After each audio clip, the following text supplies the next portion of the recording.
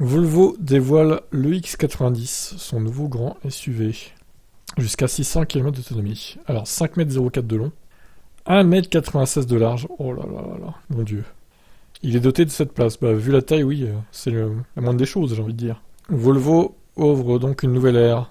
Le design ne marque pas de rupture, certes il y a des éléments intéressants comme l'absence de calandre traditionnelle ou les feux coupés en deux éléments, mais la silhouette reste très classique, alors que le concept recharge était plus osé. On sent que Volvo doit faire le conventionnel pour laisser une marge à Polestar qui propose de son côté le 3. Bon, alors, il y a une bosse en haut du pare-brise, c'est le lidar infrarouge. Alors, est-ce qu'on voit là? Ah oui, c'est pas très beau hein, quand même.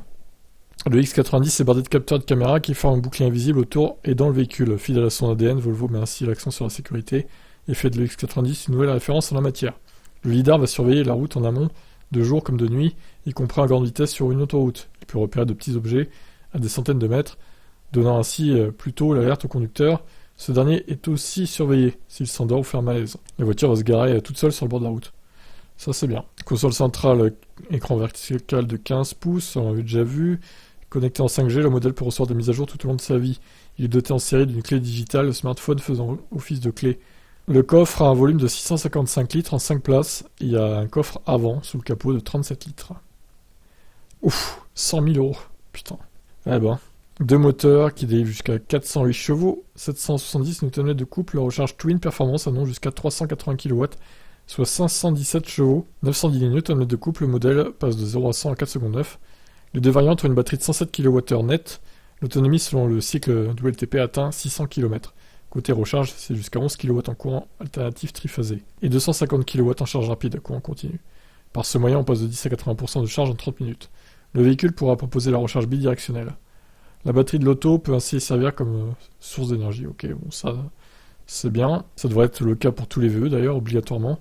Les prix sont déjà connus, ils sont XXL. Le recharge Twin est à 107 900 euros. Le Performance à 113 100 euros. L'équipement est complet avec en série les jantes 21 pouces, la peinture métallisée, la pompe à chaleur, la sono Bose, les 7 places. Une Volvo à 107 000 euros. Non mais c'est... Enfin... C'est trop. Là, ça va trop loin. Hein. Je sais pas ce que vous en pensez, mais bon.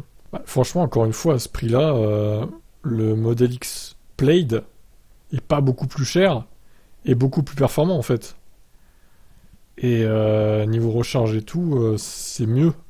Donc, bon, je sais pas. Qu'est-ce que vous en pensez, vous, de ce Volvo EX90? Est-ce qu'on va pas trop loin dans les prix là? Parce que là, 107 000 euros une Volvo, non, c'est trop. Allez, ciao.